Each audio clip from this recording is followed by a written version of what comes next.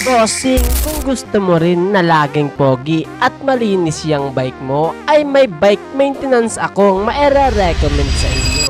At eto nga pala bossing, yung Marsh Penetrant Lubricant na lagi kong ginagamit dito sa bike maintenance ng alaga ko. Ang dali lang kasi bossing gamitin ito, i-spray mo lang ng ganto at tatanggalin na nito yung mga namuong kalawang dumi diyan sa chain mo. Ginagamit ko nga rin pala to bossing dito sa kaset ng bike ko. Bagay na bagay kasi yung gantong maintenance para sa mga drivetrain ng bike natin. Lalong lalo na kung galing tayo sa mga rides na medyo maulan. Kaya ako bossing, once na naulanan yung bike ko sa mga rides namin, o kaya naman alam ko sa sarili ko na hindi muna ako makakapag-ensayo, ay etong maintenance na to bossing yung unang pumapasok sa isip ko. Pag ginamit mo kasi to bossing sa cleaning at lubrication, ay talaga namang magtatagal at di kakapitan ng kalawang yung mga drivetrain mo o kahit na yung mga pyesa ng bike mo.